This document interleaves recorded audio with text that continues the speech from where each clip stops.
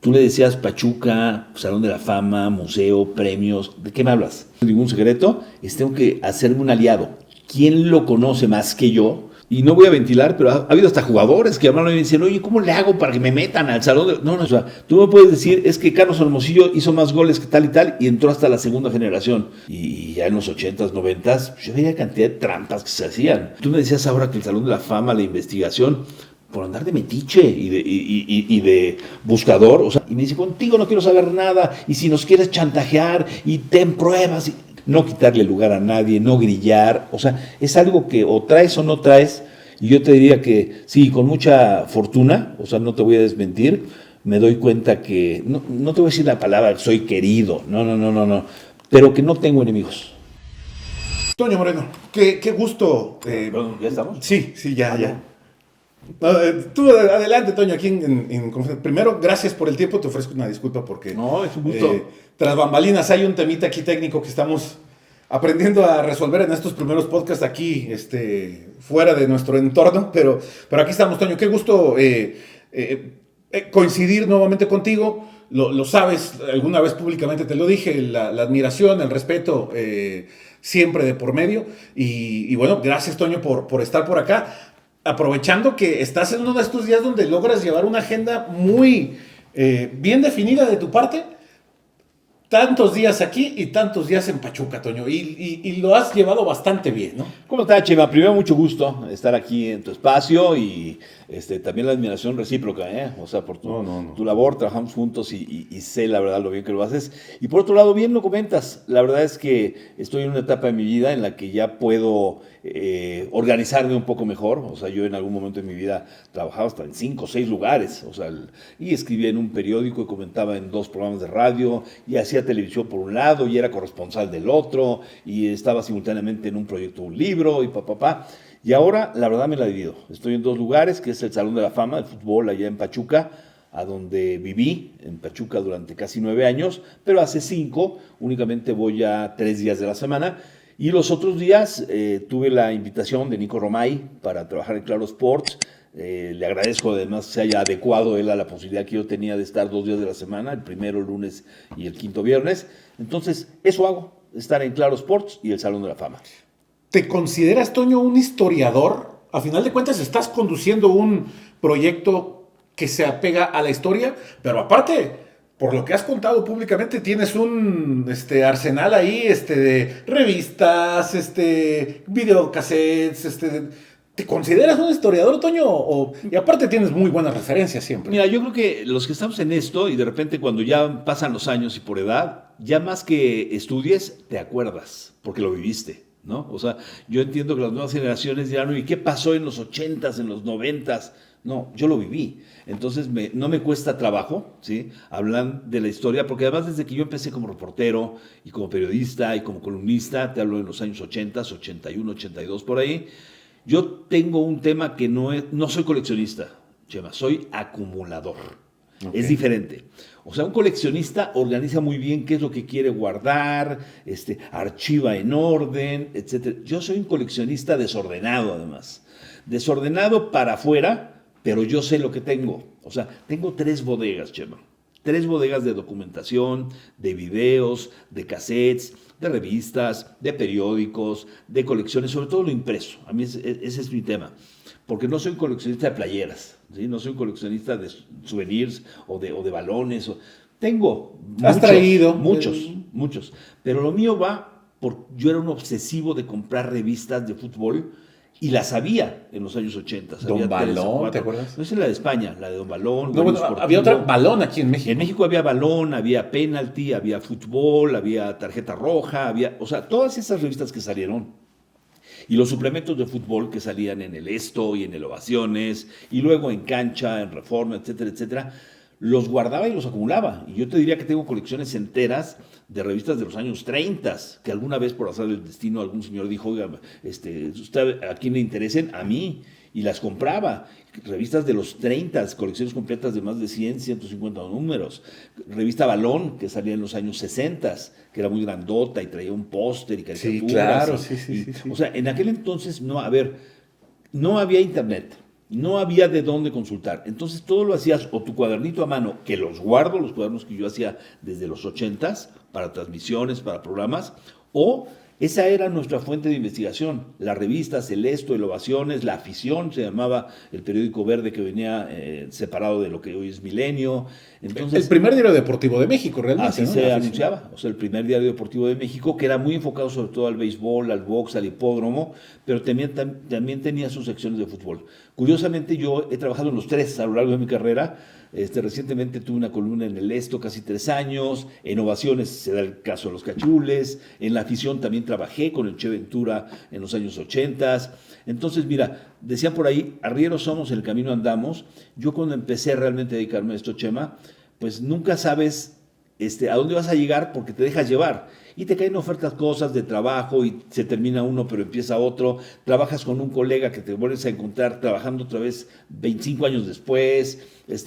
Es un mundo que da vueltas. Oye, Toño, ¿cómo funciona el Salón de la Fama? Porque es un gran proyecto y mucha gente no lo conoce por esta situación de que se encuentra en Pachuca, no está, mucha gente tiene la posibilidad de llegar, pero hay gente que quisiera estar más cerca. ¿Cómo funciona, Toño, el Salón de la Fama como tal? Te tengo que hacer una historia rápida para que sepas por qué nació el Salón de la Fama. El Salón de la Fama, yo cuando estaba en los programas de tele con mi compadre, con Francisco Javier González, tenía una sección semanal, o sea, teníamos el programa de Superestadio, hablábamos de fútbol, las noticias, el día, invitados, entrevistas, pero yo escogía una sección semanal para hacer el Salón de la Fama, que también lo hacía en un periódico, en mis columnas. Un día a la semana decía, hoy es un Salón de la Fama. Porque como no había un Salón de la Fama y mi obsesión esta de hacer historia, de buscar fechas, hoy se cumplen tantos años de tal cosa, repito, hoy con esto ya te dice todo, ¿sí? Y si está equivocado te vas con esa porque ahí dice. Pero en ese entonces yo llevaba cuadernos y decía, oye, es aniversario hoy del Estadio Azteca, hay que hacer algo del Estadio Azteca. Oye, es aniversario hoy de Don Nacho Treyes, hay que hacer algo a Nacho Treyes. O Enrique Borja que se despidió, o Carlos Reynoso que metió el gol a Boca, o tal. Y entonces yo lo anotaba, y como efemérides yo recurría a hacer semanalmente en programas de radio, de televisión y mis columnas un Salón de la Fama. Esta semana ahí yo era el juez y yo decidía. Hoy va a ser Enrique Borja, y mañana va a ser Aarón Padilla, y pasado mañana va a ser tal y cual Hugo Sánchez. O sea, porque yo decidía a quién quería escribir o a quién hacía un pequeño cuadro con su marco y todo, una foto de Hugo, y colocaba en un mural, esta semana Hugo, esta semana tal, esta semana Internacional Pelé, esta semana... Y yo iba haciendo mi Salón de la Fama, ¿sí?, particular. Nace porque de tanto pensarlo y de tanto decir, no hay un Salón de la Fama físico en México. Se lo propongo yo a la federación, lo proponía yo en mis columnas, yo decía algún día un refresco de cola muy importante va a decir hay que hacerlo, yo decía la Federación Mexicana de Fútbol va a decir hay que hacerlo, alguna vez yo sugerí, como que me acerqué a la idea en el Estadio Azteca, yo decía en la explanada del Estadio Azteca que hagan esculturas, una de Casarín, una del Pirata, una de Borja, una de Carvajal, una de tal, y cada patrocinador va poniendo esas esculturas y provocas un homenaje, que la familia vaya, se devele la estatua, y el Estadio Azteca, un icono, quede rodeado de un Salón de la Fama así. Esa es una gran idea. Pero nadie, o sea, yo las tiraba, hasta que me encuentro a Chucho Martínez, que yo lo conocía como un directivo que había comprado el Pachuca en los 90s. Yo empezaba a ir a transmitir para radio, para televisión a Pachuca. Era Jesús un tipo muy amable y te invitaba a comer y te llevaba a conocer los lugares, la Tuzo Plaza y el Tuzo Hotel y el Tuzo tal. Y entonces yo un día le digo, Jesús, tú que haces todo aquí y además Pachuca es la cuna del fútbol mexicano, ¿por qué no haces aquí el Salón de la Fama que no hay? Y dice, yo también he pensado que hacerlo, en la cuna del fútbol. Empezamos a soñar juntos, te hablo como en el 2001, más o menos. ¿Sí? Chucho compró el equipo en 95, subió, bajó, volvió a subir. Como en el 2001 le damos forma y nos sentamos un día, ¿y cómo sería? ¿Y dónde sería? Y bueno, en un principio pensamos que iba a ser en el Estadio Hidalgo, que se hizo una remodelación, antes era el Estadio Revolución, en el 94 lo remodelan, el Hidalgo lo inauguran, en el 94, en el 2004 a los 10 años le ponen ya palcos, techo y todo, y entonces por esos años decíamos, oye, ¿por qué no en el Estadio Hidalgo? Y de hecho actualmente hay un cilindro naranja en una esquina del Estadio Hidalgo, claro. Ahí va a ser el Salón de la Fama. Originalmente dijimos que la gente que venga al estadio, en ese cilindro por dentro lo recorres, viendo la historia del fútbol, y tengo 1000 maquetas y proyectos de que iba a ser ahí. No se hizo finalmente, me dijo, aguántame, necesitamos buscar otro lugar mejor.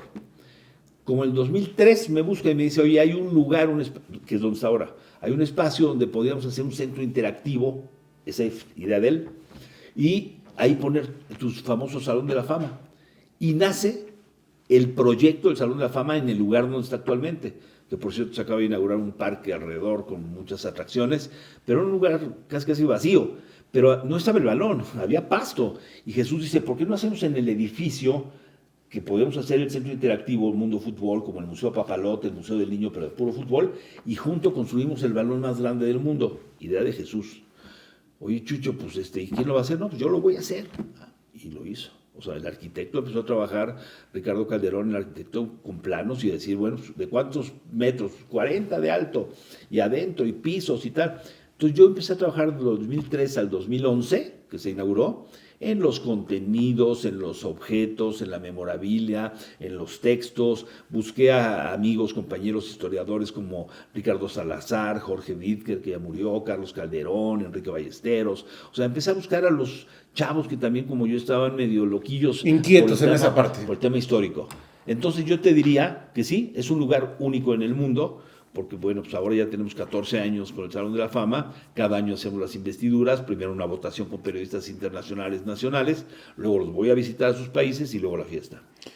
Y que no es nada sencillo, Toño, es un trabajo exhaustivo, un trabajo sumamente complicado, es ahora sí como organizar una boda tipo, ¿no? Pues cada año tienes que hacer, dura 2 horas ahí y la gente piensa que lo planeaste una semana antes y te lleva todo el año, ¿no? Todos los detalles, los invitados, la comida previa, el evento, la producción, las cápsulas y sobre todo invitar y que vengan los premiados, ¿no? Que ahí nos dimos cuenta desde el primer año. Jesús me dijo, mira, para que nos den seriedad los internacionales, porque nacionales es más fácil. Los futbolistas nacionales ya saben, conocen de fondo el medio, ¿sí? O pueden haber hasta ido a Pachuca y llevarlos a conocer. Pero un internacional en 2011, 2012, 2013, te estoy hablando hace 10, 15 años, tú le decías Pachuca, Salón de la Fama, museo, premios, ¿de qué me hablas? Y entonces yo tenía que viajar para convencer a Jos Fontaine y a George Weah y a Franco Baresi y a Lothar Matthäus y a todos ellos, pues, de qué se trataba el proyecto. Y por aquí venía, ¿no? Kempes y Butragueño y después Ronaldinho, Del Bosque. O sea, yo te diría que cada año Jesús me decía, no les mandes un mail, no les mandes tal. O sea, que vean, llévales, que vean y diles que si quieren venir y con su familia, pero que vengan, que en vida se den cuenta. Y tuvo mucho éxito ese sistema, ¿no? Que a la fecha sigue. O sea, yo sigo yendo a visitar. Los que votan solamente son los periodistas, yo no voto. Yo coordino todo el asunto como director ejecutivo. ¿No das ni el voto de calidad? No, hay un comité y hay votantes nacionales, internacionales, hay un notario público. O sea, la votación incluso antes era a puerta cerrada. Desde hace 5 años se transmite en vivo y la gente ve cómo se desempata y cómo se vota y cómo el notario cuenta. O sea, no.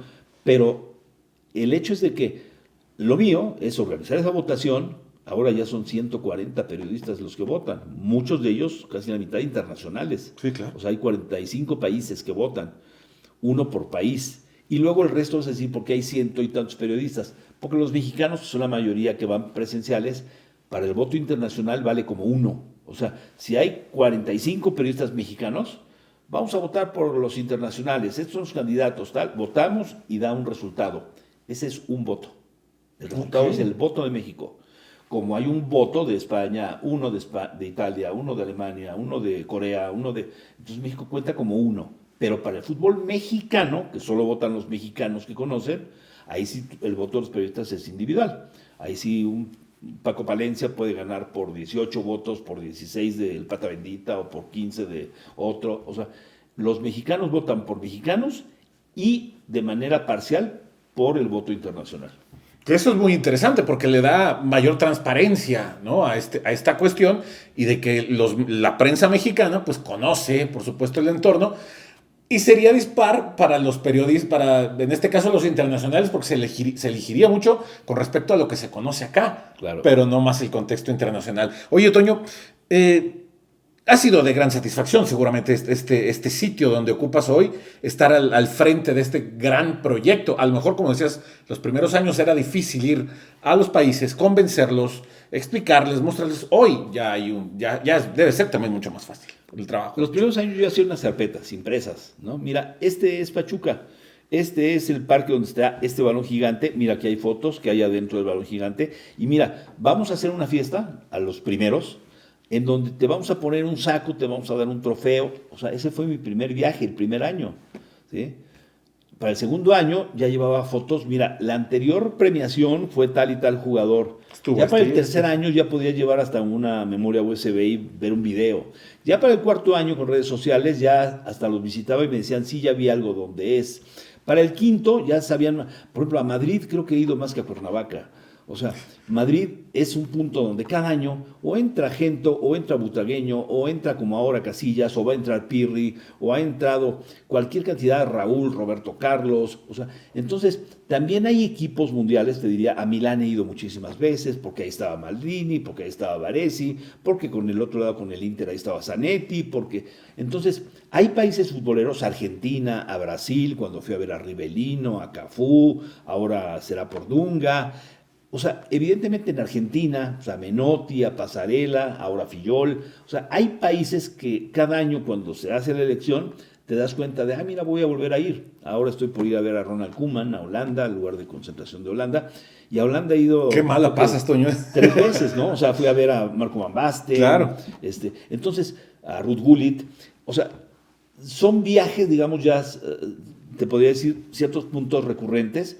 Y otros que son de repente, ¿no? De repente Uruguay, ahora está Diego Forlán, fui a ver todavía en vida a Gilla, en fin, ese es, entre comillas, un trabajo y dices, tú debes ser desgastante y todo. No, yo lo disfruto.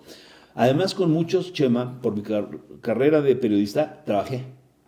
Te acabo de mencionar algunos, Butagueño, Menotti.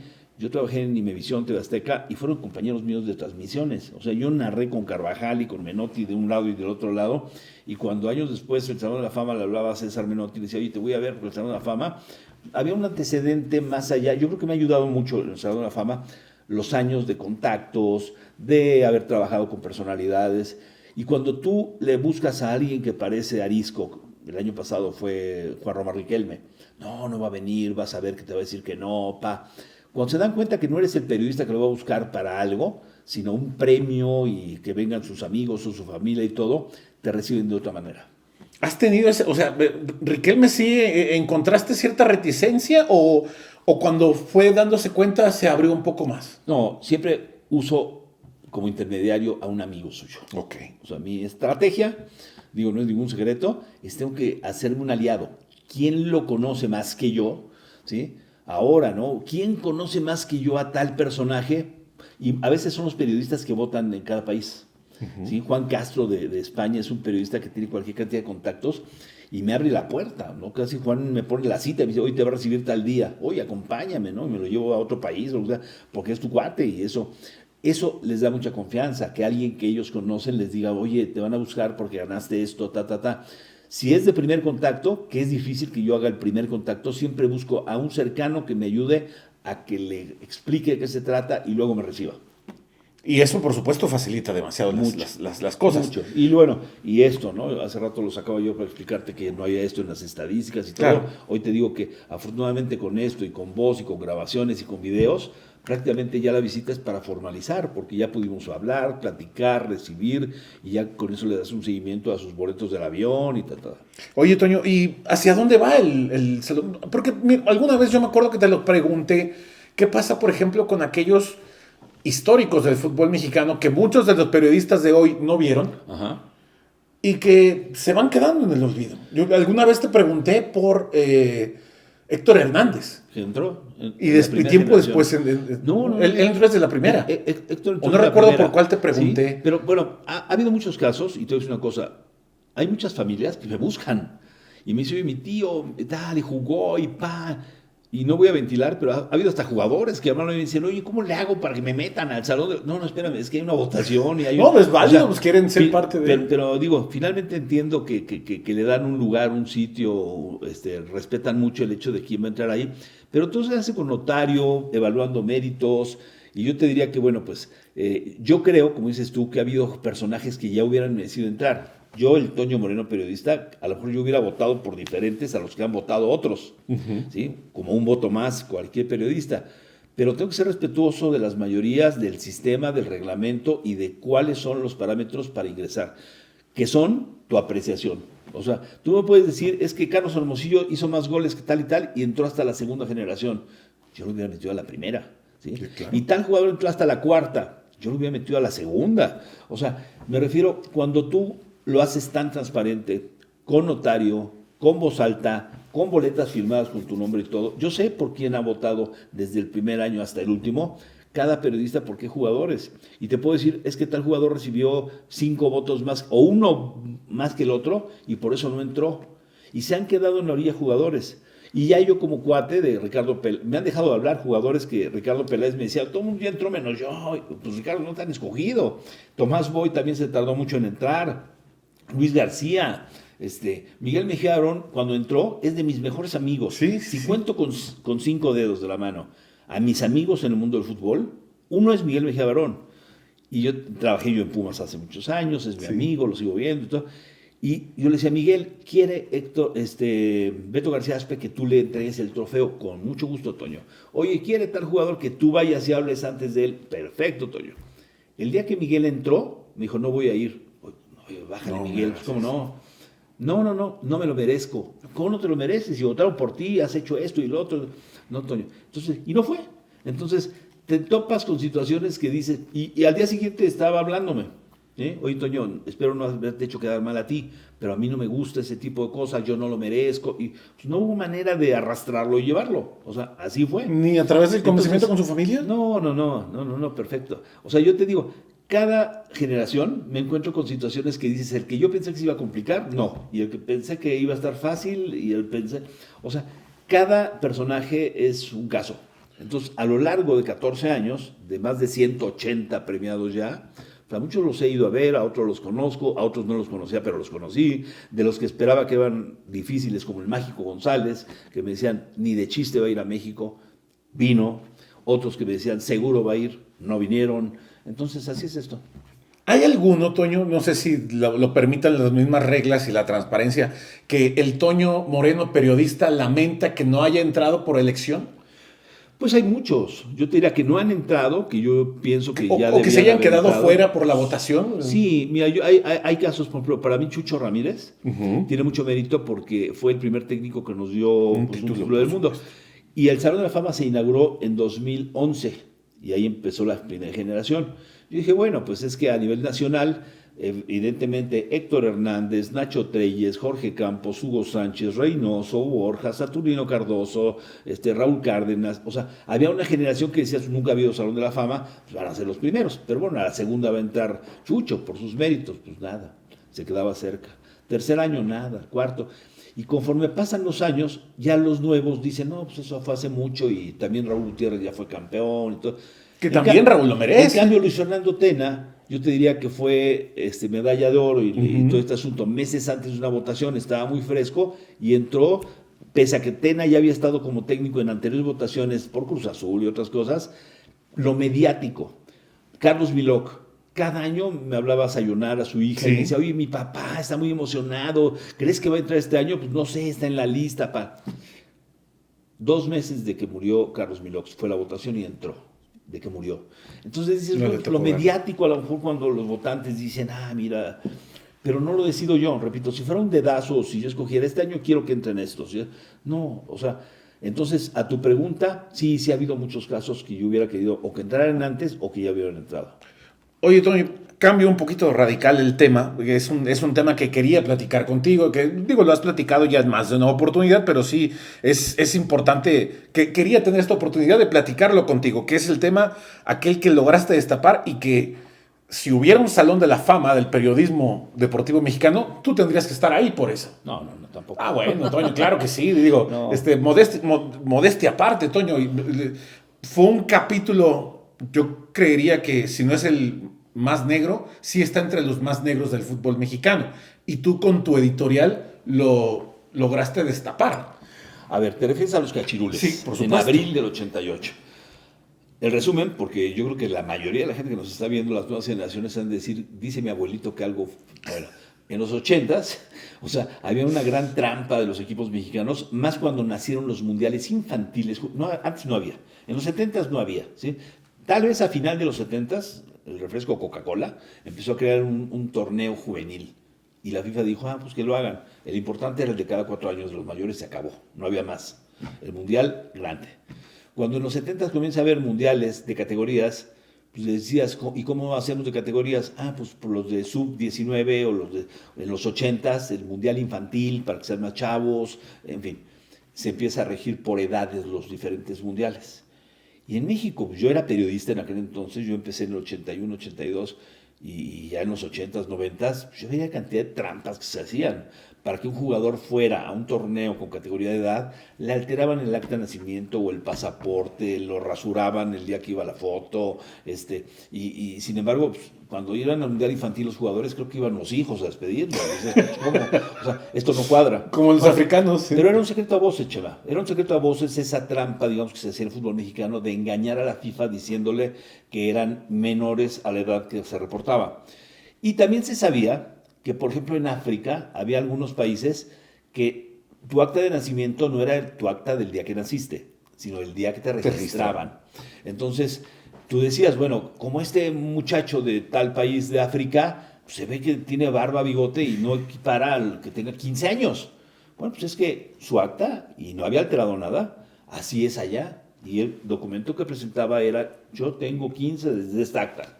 Bueno, no te hago la historia más larga, era un secreto a voces que en México se mandaba jugadores a los cuales les cambiaban la edad para que pudieran acudir, pero el colmo del engaño, puedo decir, de la trampa, es que algún día, yo te repito, reportero ya desde el 81, 82, en el 88, después del Mundial México 86, de ustedes, decía Avalanche, el mejor mundial y México y el fútbol y un ejemplo, bueno, éramos los Consen de la FIFA después del Mundial 86.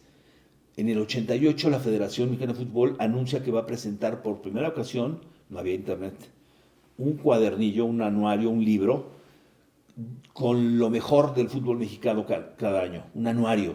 A partir de ahora, vengan periodistas, aquí tienen, es un anuario, ahí van todos los datos del fútbol mexicano, en qué año se fundaron los equipos, quiénes son los directivos, quiénes son los jugadores. Gracias.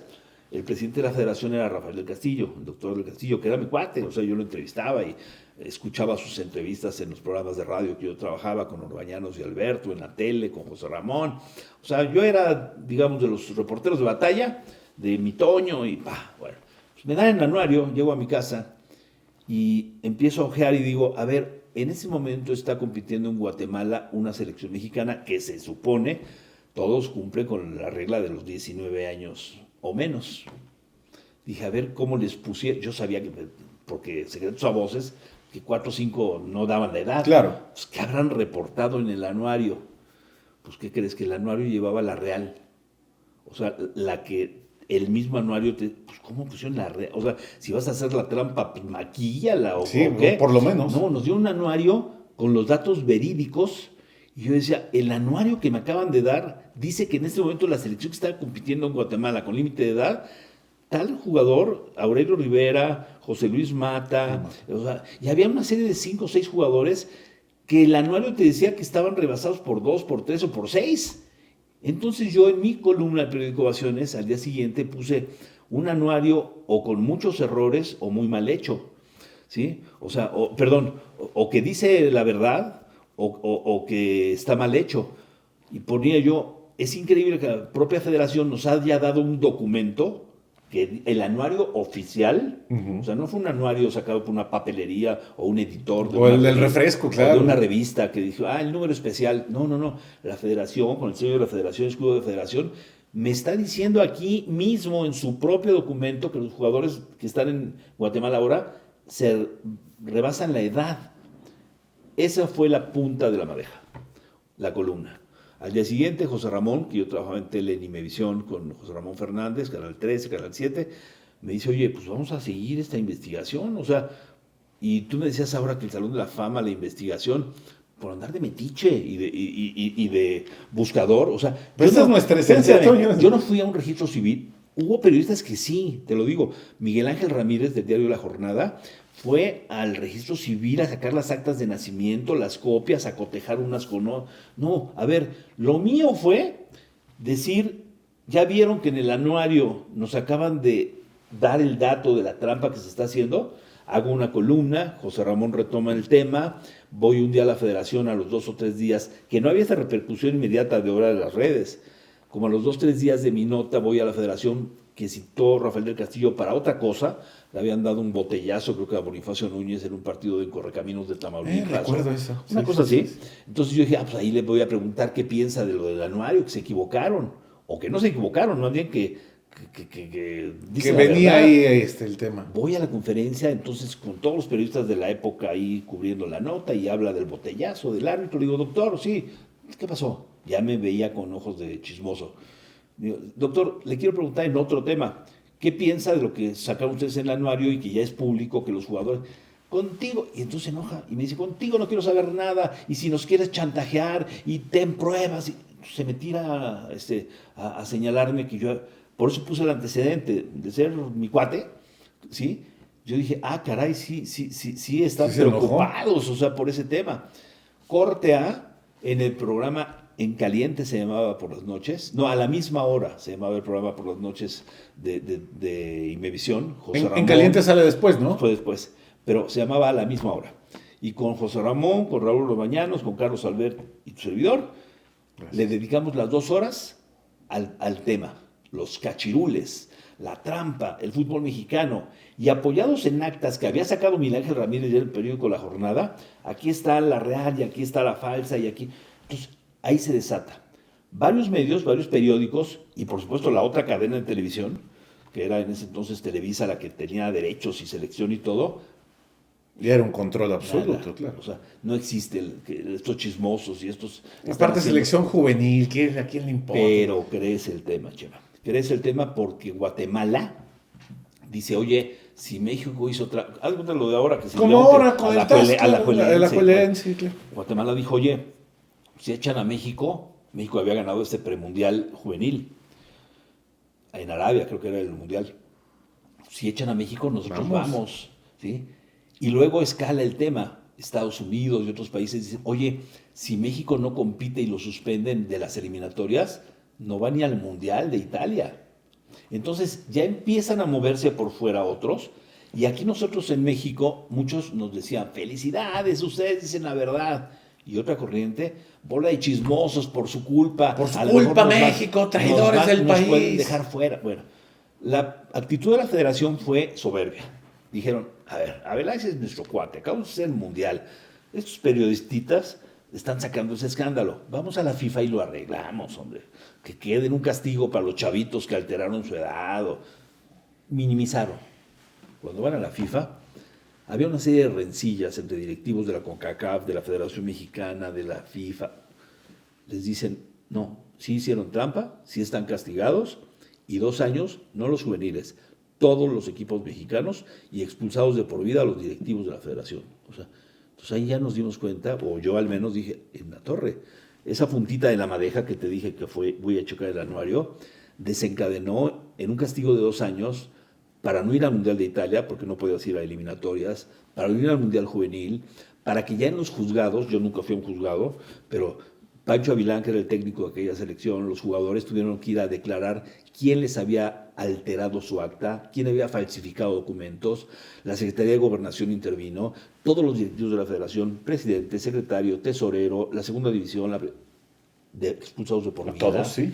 Entonces yo ahí, vaya, no me decían, ¿y te arrepientes? ¿Ya viste todo lo que causaste? Pues no me arrepiento. O sea, a ver, yo me di cuenta, ojeando ese tema, que había una anomalía, y lo escribí. O sea, eso también es investigación, Toño. Pero espérame, Chema, mucha gente me decía, es que tú hubieras ido a la federación sin hacer escándalo. Oigan, corríjanlo. ¿Y por qué? Pues yo no estoy, yo no estoy tú eres para periodista, encubrir. exactamente. Yo no estoy para encubrir, ¿sí? Y entonces vino todo el escándalo. Yo te diría que te resumí, y a lo mejor me eché 10 minutos, pero te resumí algo que fueron días, semanas, meses y años, el tema en el fútbol mexicano. ¿Cómo imagínate, Toño, que esa cuestión se hubiera trasladado a la era actual con las redes sociales? No, bueno, primero me amenazan, los 2 segundos, ¿no? O sea, ¿por qué? Porque en ese momento la interacción era de un día para otro. Yo publicaba algo, se leía, al día siguiente ibas a reportear para ver opiniones de esa nota, y al día siguiente las reacciones publicadas de las reacciones del día anterior. O sea, había una temporalidad diferente. ¿Sí? Totalmente. Cuando tú dices cómo hubiera sido en esta época, No, bueno. primero no sé si hubieran maquillado, eliminado los datos, la información o qué sé yo.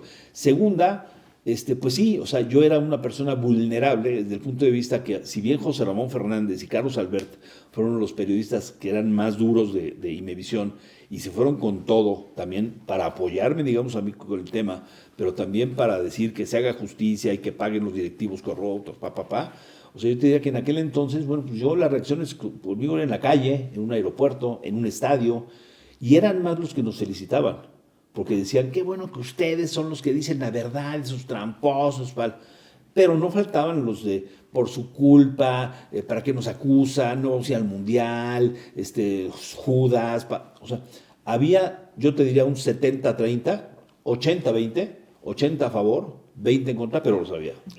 Y los en contra son muy ruidosos hoy y hace 20 años y siempre. Algo importante, Chava, muy importante. ¿Quién estaba perjudicada más que cualquiera?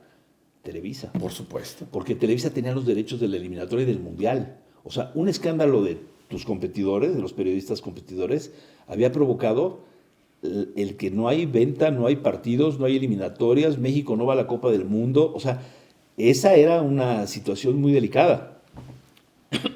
Que vino una venganza. No pasó por mí.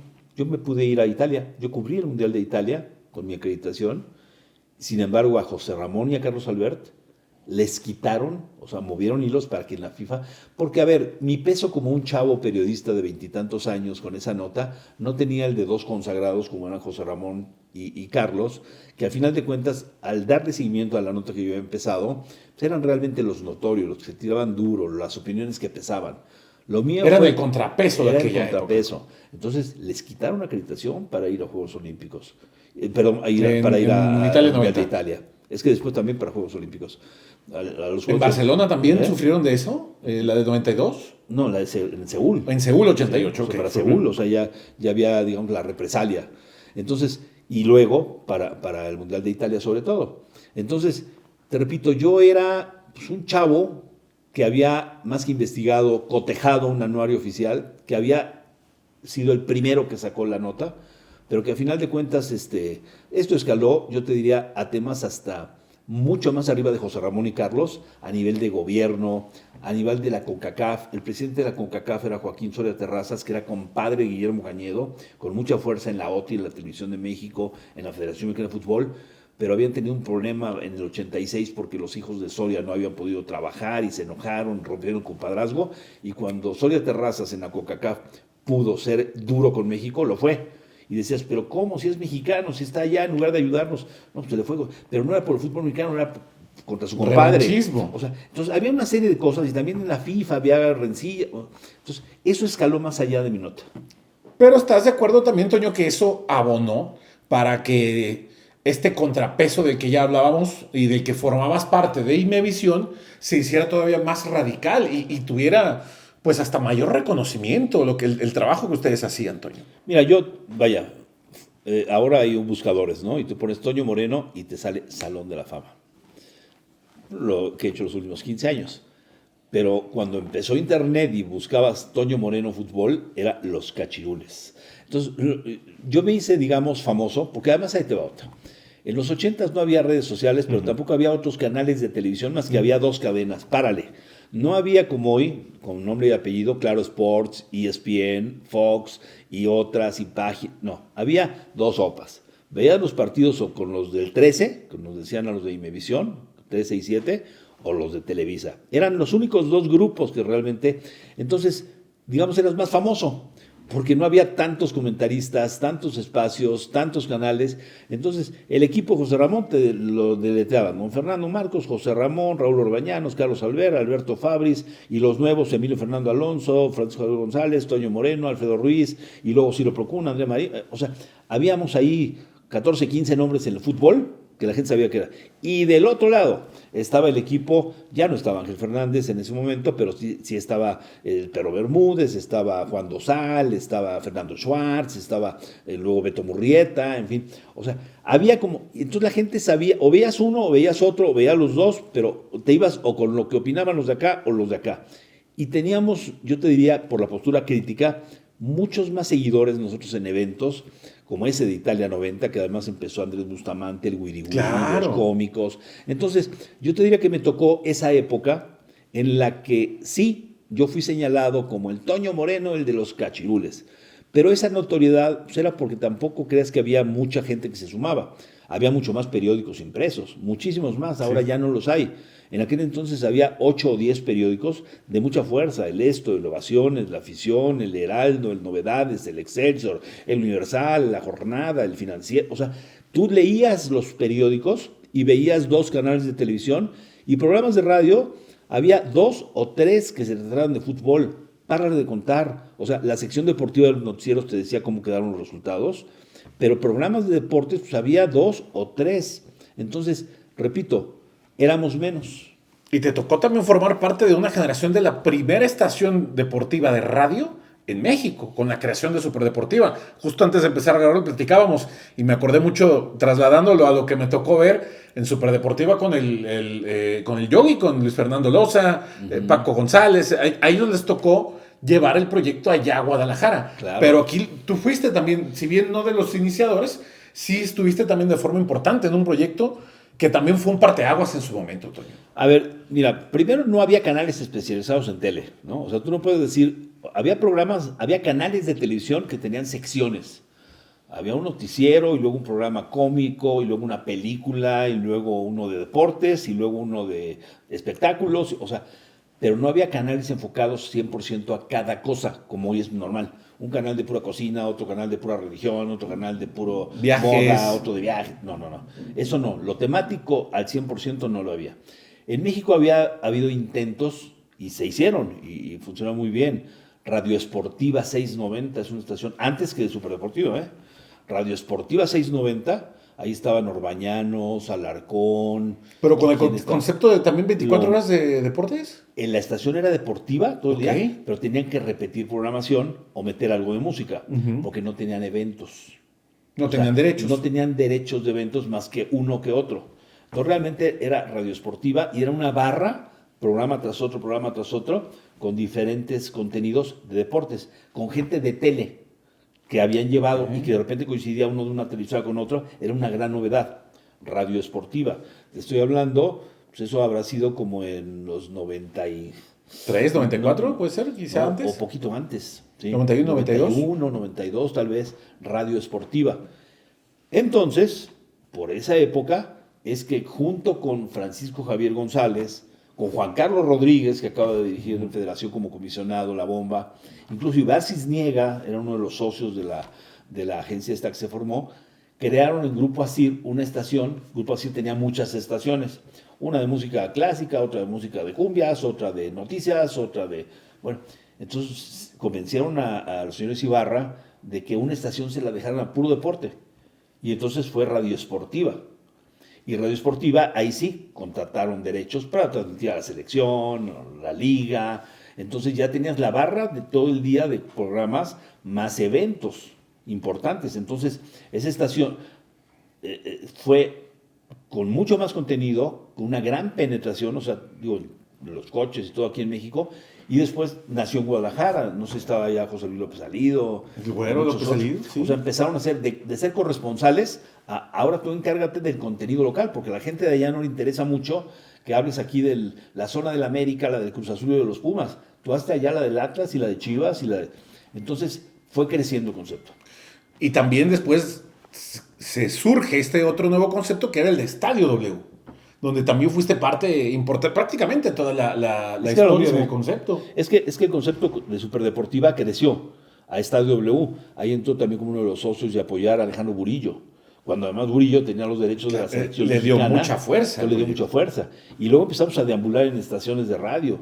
Estábamos en la 590 y luego vete a la 1180 y luego vete a la tal y a cual. O sea, empezamos a avanzar por diferentes grupos radiofónicos porque ya éramos un paquete de comentaristas de 50 o 60. y había programas de todo, y con Ángel Fernández, o sea, había muchos nombres, no quiero equivocarme, estaba el Ruso Bariloche, estaba Ricardo Peláez, estaba Rafael Puente, y nosotros, ¿no? Los anclas, Francisco, Ciro, yo, Jorge Sánchez, o sea, habíamos un grupo ahí de los que, Alfredo Ruiz, que siempre andábamos, digamos, en esas migraciones de, ahora se llama Estadio W, ahora es Estadio 730, ahora está, hasta que nació TDN, no TUDN. Entonces el concepto se fue primero en el Mundial de Corea-Japón 2002. Nos fuimos ya a hacer tele, el mismo grupo, porque el Mundial del 2002 no lo tuvo ni Televisa ni Azteca, lo tuvo DirecTV. Y entonces nos contrata como grupo independiente y entonces empezamos a hacer tele.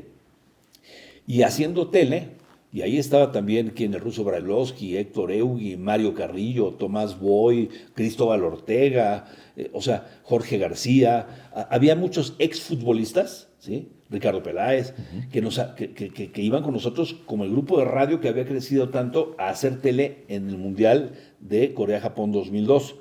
Y luego ya de Estadio TV, rentaron unos estudios allá por el sur de la Ciudad de México y tuvimos unos estudios. No podías hacer 24 horas, pero podías hacer barras de 6, 8, 10 horas.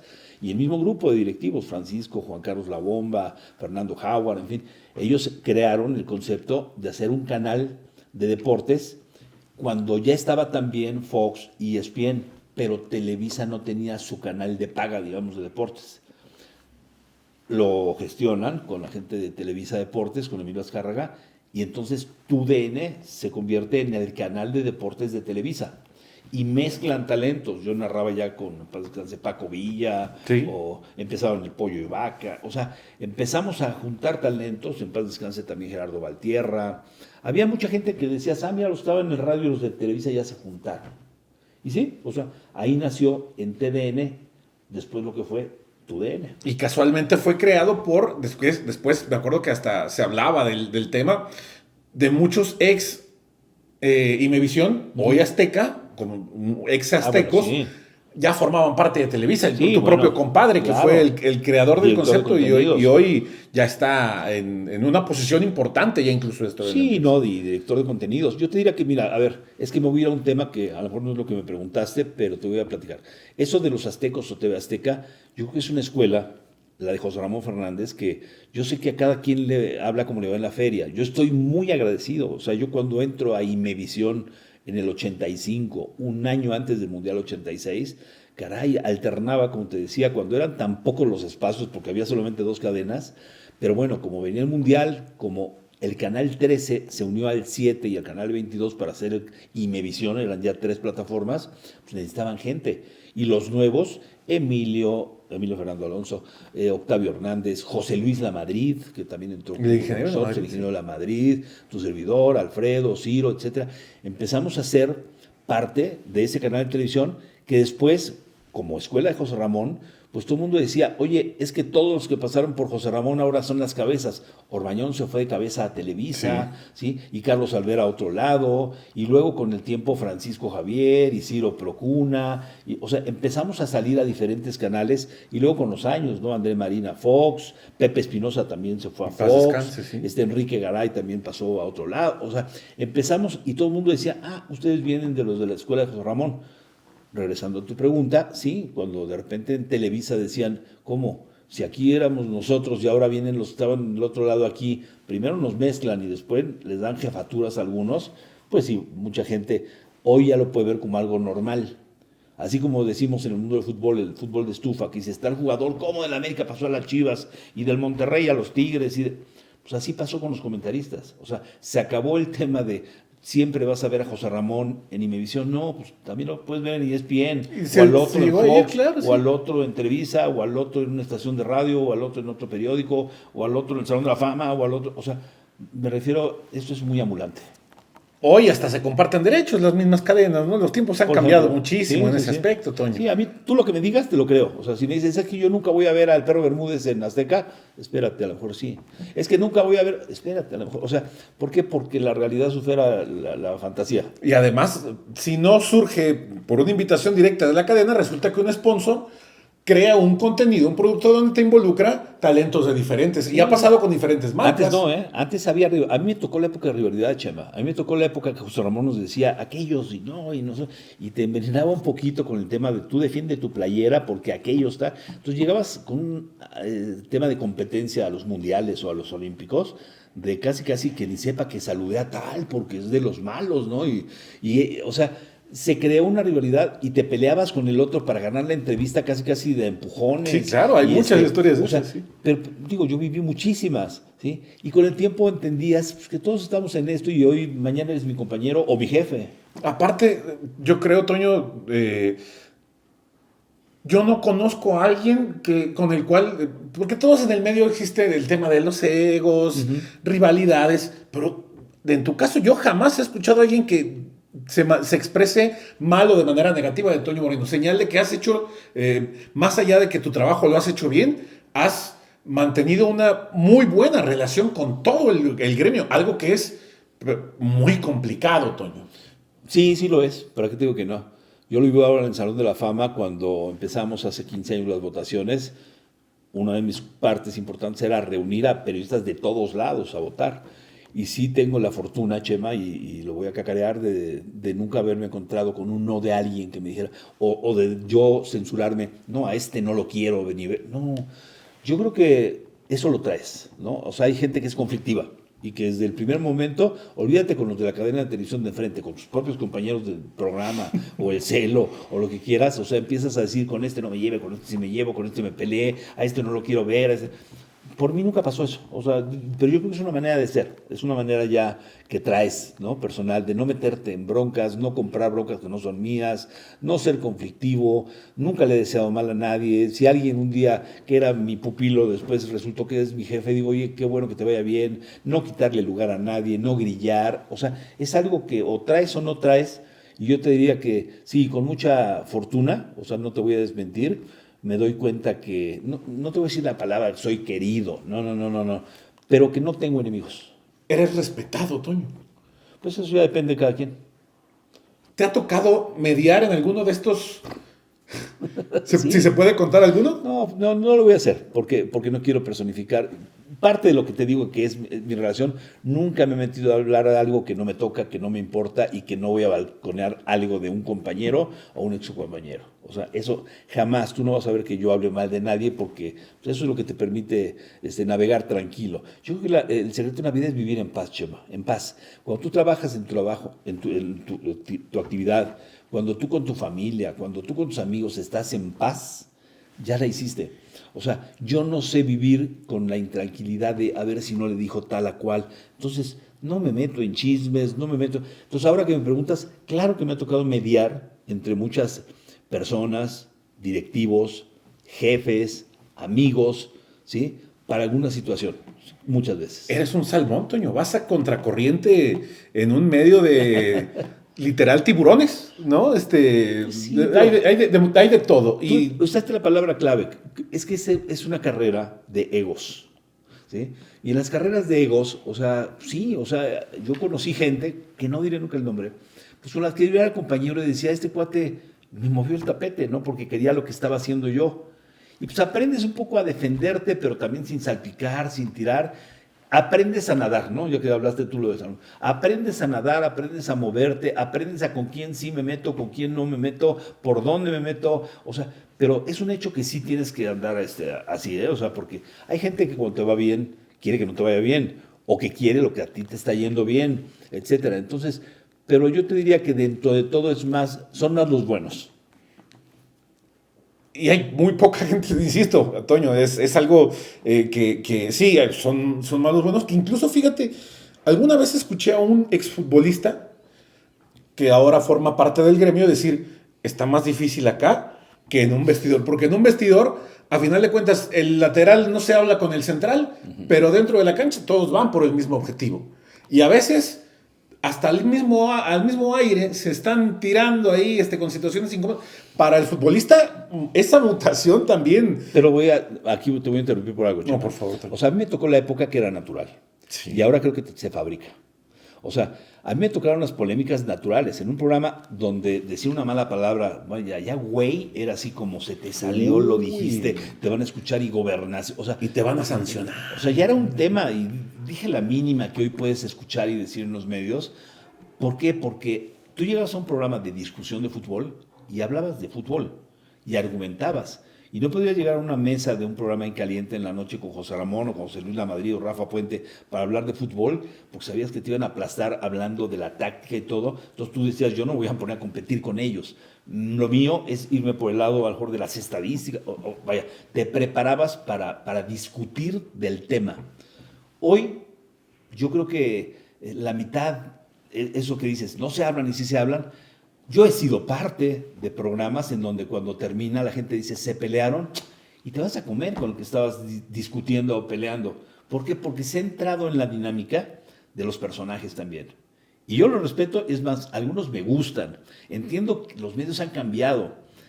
Te voy a decir que hay personajes que yo veo en televisión que la gente dice, qué odioso es tal o cual.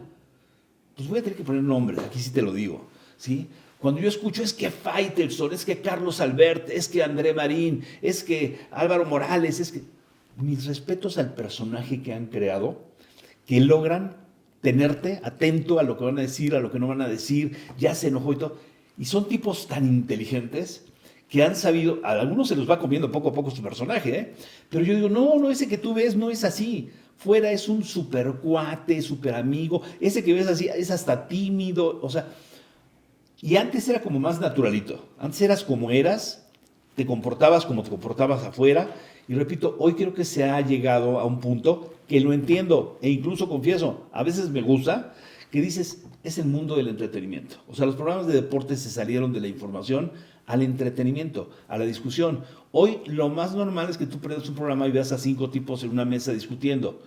En los 80s no, eran 2, eran José Ramón y Raúl. Acción era con voz, pero sin imagen, ¿sí? Y de repente las mesas eran de 2 o de 3 una vez a la semana, no diario, y no 4 o 5 al día, en el mismo canal. Claro. Eso ha cambiado. Además, Toño, hoy estarás de acuerdo, la competencia para este lado del entretenimiento es más difícil porque compites con Netflix, compites con Prime, compites con las redes sociales. No, el fútbol compite con el fútbol. O sea, yo te lo digo, el fútbol también de los 80s, todavía de los 90s, no competía contra el fútbol del extranjero.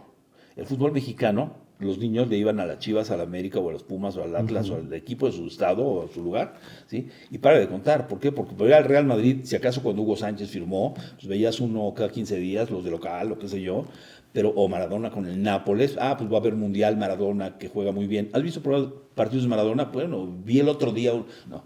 Hoy la oferta que hay de fútbol internacional también te permite que los niños y las nuevas generaciones, más allá incluso de las redes sociales y la interacción que pueden tener, admiran a jugadores porque los ven más que a los de acá. Y entonces tú acabas de decir, compite contra los otros espectáculos, el cine y todo. No, el fútbol compite con el fútbol. Cuando tú ves un partido de nuestra liga a veces y viste antes uno de la Champions, pues parece otro deporte, ¿sí? Y tienes que ser el comentarista, el analista, pues muy... Por eso digo que entiendo y valoro que a veces hay que irte más allá e irte al entretenimiento para captar audiencias. Y eso lo deberían agradecer las ligas, o sea, porque yo te diría una cosa, ¿cómo vendes un bien botanero, como lo han hecho ahora Luis y Cristian y todo, cuando la combinación de equipos es terrible? ¿Cómo mantienes un viernes a la noche y luego 2 partidos ligados? O sea, mis respetos al tema de... Y con un puntaje de rating alto. Y aparte, la calidad del juego es otra, o sea, cuando tú acabas de ver hace rato la Liga de España, la Liga de Inglaterra, la Liga de no sé dónde, o la Champions, o sea, es un tema de a mayor cantidad, menor calidad en el nuestro. Sin duda, Toño, sí, y tiene un altísimo valor. Pues agradecerte, Toño, porque nos estamos llegando justitos a la plática. Un placer, Chema. Al contrario, Toño, te agradezco mucho y que no sea la última. Ojalá podamos seguir coincidiendo y platicando de estos temas de fútbol. Te agradezco mucho, Toño, que te hayas dado la vuelta y ofrecerte públicamente una disculpa por el tema técnico que nos retrasó, pero gracias a Dios aquí pudimos platicar. Era un objetivo personal, insisto, tener esta charla contigo y te lo agradezco, Toño. Las veces que quiero, Chema. Gracias. Es un gusto. Saludos, fuerte abrazo.